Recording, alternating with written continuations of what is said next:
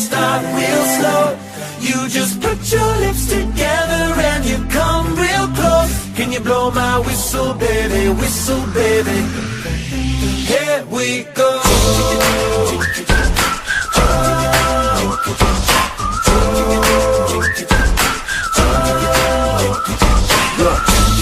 I bet you like people, and I bet you love people, and I bet you like girls who give love to girls and stroke your little ego. I bet you I'm guilty, your honor. It's just how we live in my genre. When the hell I'm paid to roll rider, there's only one float and one rider. I'm a damn shame, order more champagne for the damn hamstring, trying to put it on ya. Bet your lips spin back around, karma. Slow it down, baby, take a little longer. Baby, let me know, girl, I'm gonna show you how to do it, and we'll start real slow. You just put your lips together and you come real close. Can you blow my whistle, baby, whistle, baby? Here we go.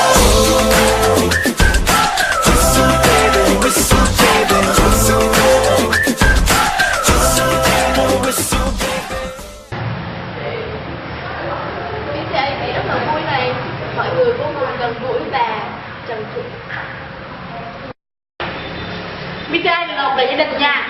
Bữa I love you.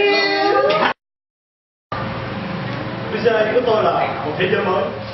Con sẽ đa dạng. nhưng vẫn là chính mình. Là để ôm, là để yêu.